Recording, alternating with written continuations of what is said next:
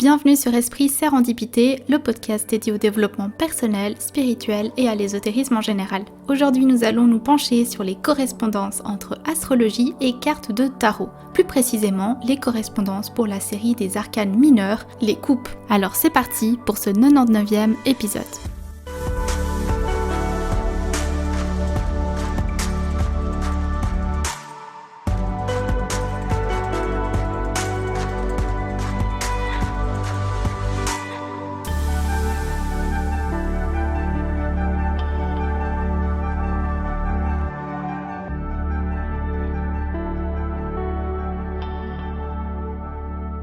Bienvenue dans ce 99e épisode, j'espère que vous allez bien.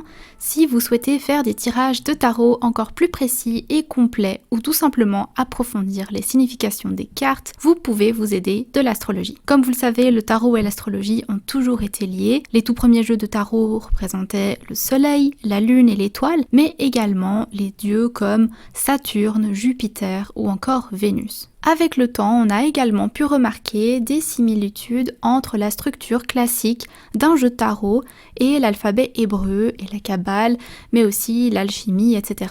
Bref, les cartes sont remplies de symbolismes qui peuvent nous aider à donner des interprétations plus profondes et précises. Je vais créer un épisode par série d'arcanes mineurs, un pour les bâtons, un pour les épées, les coupes et les deniers. Et je terminerai avec un épisode pour les arcanes majeures également, puis je vous ferai aussi un épisode avec des exemples de tirage pour que vous puissiez vous entraîner. Évidemment, je vous conseille vivement de regarder mes 4 vidéos sur l'astrologie que j'avais faites il y a quelques mois de cela, les épisodes sur les maisons astrologiques, la signification des planètes ou encore l'épisode sur les connaissances de base à avoir en astrologie pour débuter. Comme ça, vous ne serez pas perdu et vous aurez déjà quelques connaissances avant de vous lancer. Et puis bien sûr, si vous êtes novice en tarot, d'aller écouter l'épisode 27 où j'ai donné la signification des arcanes mineurs parce que cet épisode ne va pas aller dans les significations à proprement parler des cartes en profondeur. Je vais surtout ajouter des informations qui vont venir compléter ce que vous savez déjà. Donc si vous êtes novice, prenez ça en compte. Vous pouvez pas juste prendre cet épisode comme référence parce que sinon votre apprentissage sera incomplet. Il faudra aussi aller voir la signification des cartes à proprement parler, par exemple dans mon épisode 27. Comme ça, si vous avez écouté tout ça, vous avez tout en main pour bien comprendre ces épisodes qui mêlent astrologie et tarot. Après tout ce blabla, commençons par aborder la série des coupes. Il faut savoir que chaque carte de tarot correspond forcément à l'un des 4 éléments. L'eau, la terre, le feu et l'air. Là aussi, j'avais créé un épisode sur les éléments. Il s'agissait de l'épisode 38. Tout sera dans la barre de description. Donc, chaque carte de tarot correspond à l'un de ces 4 éléments. Dans les arcanes majeures, les correspondances des éléments sont basées sur les signes du zodiaque, alors que dans les arcanes mineures, elles dépendent de la nature des 4 séries. Le feu correspondra à la série des bâtons, l'eau à la série des coupes, la terre à la série des deniers, et l'air à la série des épées. Si on part déjà sur cette base très simple, le reste va se poser tout seul, vous verrez. Du coup, pour notre série qui nous concerne aujourd'hui, qui est la série des coupes, logiquement, les signes d'eau vont correspondre à cette série. Les signes d'eau dans le zodiaque sont le cancer, le scorpion et les poissons. Les cartes de coupe concernent les sentiments, les émotions et notre monde intérieur. Dans la majorité des jeux de tarot, les cartes de coupe montrent des coupes, remplies d'eau ou non. Les coupes symbolisent tout ce qui appartient aux sentiments, aux émotions, nos chagrins, notre inconscient, ce que l'on ressent au fond de nous. Et puis ensuite, rappelons que chaque signe du zodiaque possède 3 décans. Vous avez déjà très certainement entendu parler ou lu dans les horoscopes par exemple que les prédictions pour prenons le taureau, les prédictions pour le taureau au premier décan ne sont pas les mêmes que pour les taureaux du 2e ou du 3e décan. Ça dépendra toujours de si vous êtes né en début, milieu ou fin du mois et à quel moment du signe du taureau vous êtes né. Et comme je disais, les coupes étant associées à l'eau, les signes du zodiaque qui y correspondent sont les signes d'eau, soit le cancer, le scorpion et les poissons. Et donc notre série des coupes va se caler sur ces 3 signes et sur leurs 3 décans. Si ça vous paraît un peu abstrait, pas de panique, on va prendre les cartes les unes après les autres, vous pourrez prendre tranquillement des notes. Donc maintenant, si l'on prend chaque carte de coupe l'une après l'autre, Prenons l'as de coupe. L'as de coupe, il correspond au pouvoir de l'eau. L'as renferme les sentiments, les émotions, nos désirs et nos joies,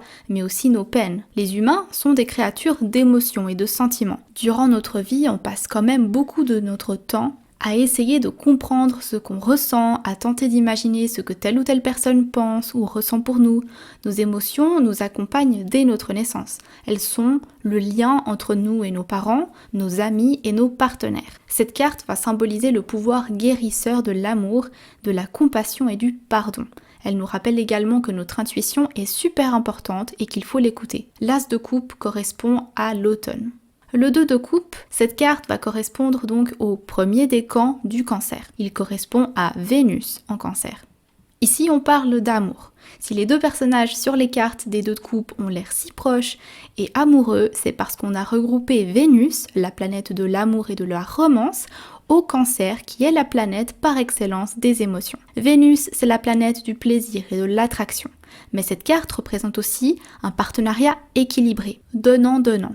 Et ça, on peut le comprendre ainsi. Vénus gouverne le signe de terre Taureau, qui est un signe de confort et de stabilité.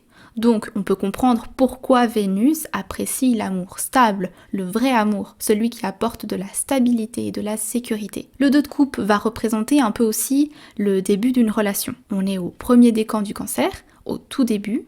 L'affection entre les 2 personnages semble si saine, si innocente, mais on le sait, l'amour, c'est pas facile. Les relations non plus.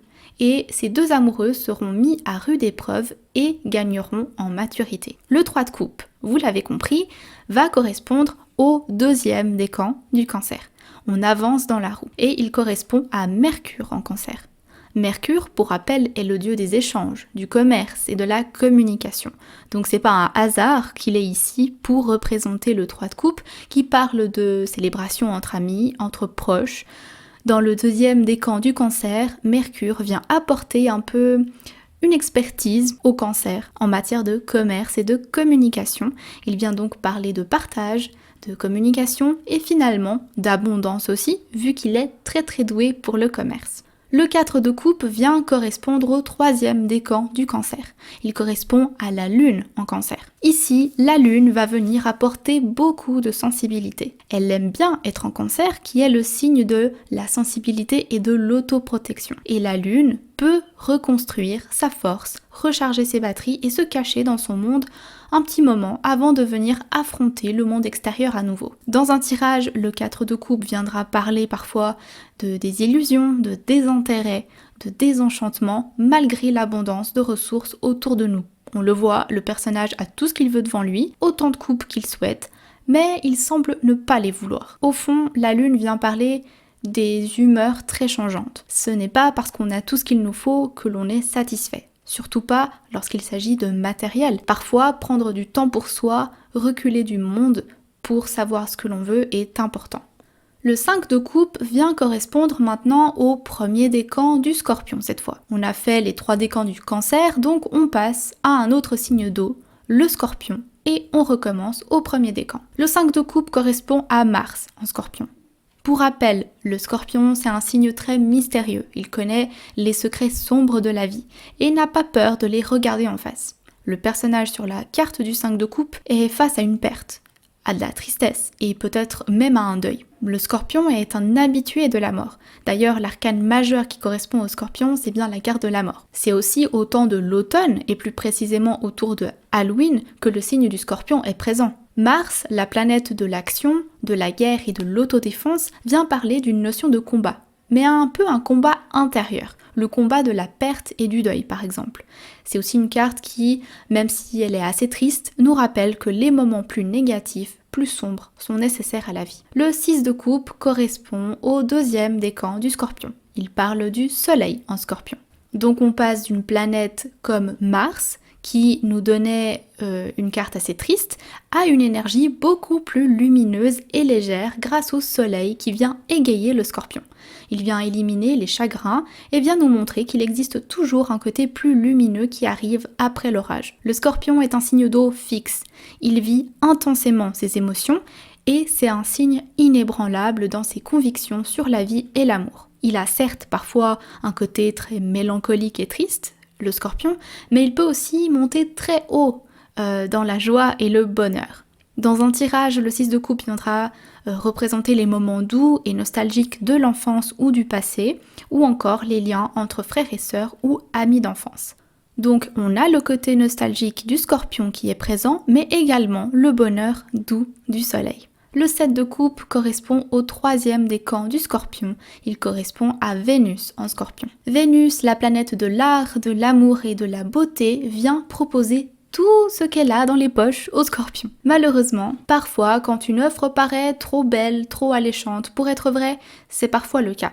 Donc oui, avoir de l'amour, le vrai, c'est possible, mais Vénus ne montre pas qu'il faut évidemment du travail et de l'effort pour ça. Vénus vient offrir des possibilités alléchantes, mais elle n'en garantit pas la réalisation. Les paroles, c'est beau, mais les actes, c'est ce qui ancre le rêve, les promesses dans la réalité. Le 7 de coupe viendra donc parler de la fantaisie, d'illusions, de rêves et une tendance à se perdre dans les rêveries.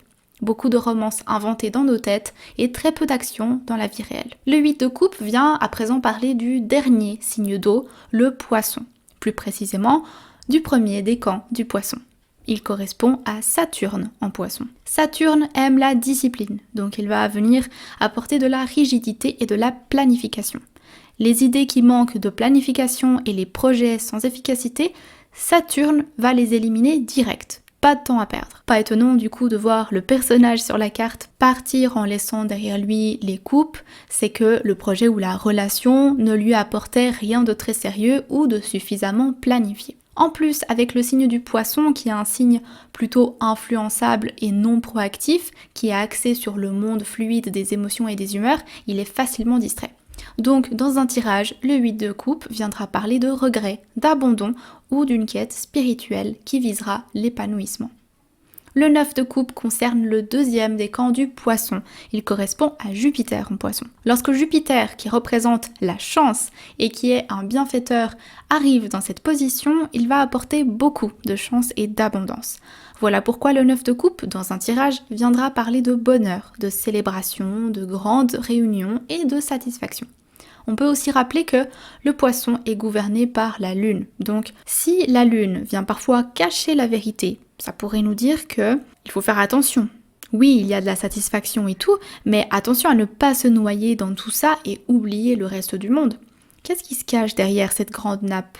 Personnellement, j'aime bien comparer le 9 de coupe aux stars ou aux personnes à qui le succès a souri, mais qui oublient de voir ce que le succès cache. Le 10 de coupe vient parler du 3e et dernier décan du poisson, il correspond à Mars en poisson.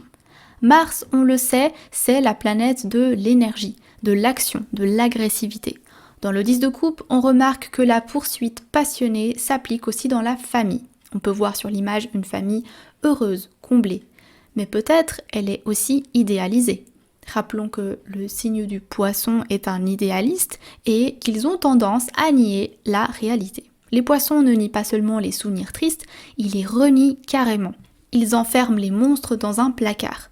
Petit rappel, les poissons sont liés à la lune, symbole des mystères, des émotions et de l'inconscient, mais aussi des peurs. Dans un tirage, le 10 de coupe viendra représenter un mariage heureux, de beaux enfants, une maison confortable et une vie agréable. Mars va donc venir consolider les rêveries d'un poisson. Lui qui voulait une vie de famille, Mars va venir l'aider à réaliser ses rêves avec de l'action. Maintenant, on va voir les 4 figures de la série des coupes. Alors que l'as représentait le pouvoir de l'eau en tant que tel, l'élément, les figures dans les séries vont personnifier l'eau. C'est le cas pour le valet de coupe, il personnifie l'eau. Il incarne les courants fluides qui relient la série des coupes au monde de l'émotion et elle réunit les 3 signes d'eau, le cancer, le scorpion et les poissons. Le valet de coupe s'adapte facilement, il communique de manière parfois trop subtile et poétique ou alors il peut carrément rugir comme l'océan en fureur. Le valet de coupe est jeune, il a un enthousiasme enfantin, peut-être un peu naïf et parfois peu ancré. Il est extrêmement sensible, doux, rêveur et imaginatif. Le cavalier de coupe est comme l'eau, galant, gracieux et généreux. Il est imaginatif et même visionnaire. C'est un idéaliste romantique. Les cavaliers sont des personnages très fougueux, mais ils n'ont pas encore la maturité d'un roi. Le cavalier de coupe va venir parler de la combinaison de l'eau et du feu. qui donne une eau bouillante. Le cavalier de coupe représente aussi le signe d'eau mutable des poissons, ce qui le rend charmant et très séduisant. Il ne craint pas de plonger dans ses émotions, mais il faut rappeler que les poissons sont liés à la lune, donc le cavalier de coupe avance un peu dans une lueur brumeuse et dans la rêverie. La reine de coupe incarne le mélange de l'eau et de la profondeur émotionnelle des cartes de la série des coupes, ce qui lui donne une double dose des qualités de l'eau. Elle incarne l'énergie émotionnelle des coupes. Elle vient représenter le signe d'eau cardinal du Cancer, ce qui en fait une très bonne mère au foyer, par exemple, qui s'occupe des autres. Elle est protectrice, sensible, aimante et dévouée. Les dons maternels du Cancer lui donnent une grande puissance. Les signes cardinaux sont des signes qui prennent des décisions. Comme son équivalent est la carte du chariot, on peut bien comprendre qu'elle navigue sans souci dans le flot d'émotions, sans s'échouer ou taper contre les récifs. Elle est créative et artistique, mais aussi extrêmement intuitive.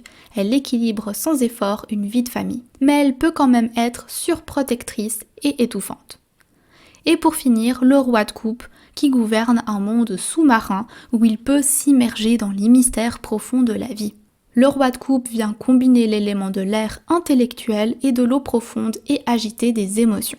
Le roi de coupe est un mari, un père, mais cette carte représente aussi le signe fixe du Scorpion qui est un dirigeant intense et passionné. C'est un roi intuitif et analytique. Il est à l'aise dans les profondeurs obscures de l'émotion et peut même devenir très obsessif. Comme la carte de la mort est son équivalent, le roi de coupe comprend les aléas de la vie et les cycles de transformation, mort et renaissance. Il est fixé, malgré l'eau qui tourbillonne autour de lui, et il règne sur les émotions autour de lui. Et voilà, on vient de terminer la série sur les coupes et leur correspondance astrologique. J'espère que cela vous a apporté davantage de précision quant à l'énergie de ces cartes et que ça vous aidera dans vos futurs tirages. Si cet épisode vous a plu, comme d'habitude, n'hésitez pas à laisser un petit pouce vers le haut. Ça soutient le podcast. Vous pourrez également retrouver tous les anciens épisodes du podcast sur la page YouTube ou bien évidemment sur les plateformes de podcast habituelles. Le lien de la page Instagram et TikTok se trouve en barre de description. Et quant à nous, on se retrouve dans 2 semaines pour un nouvel épisode.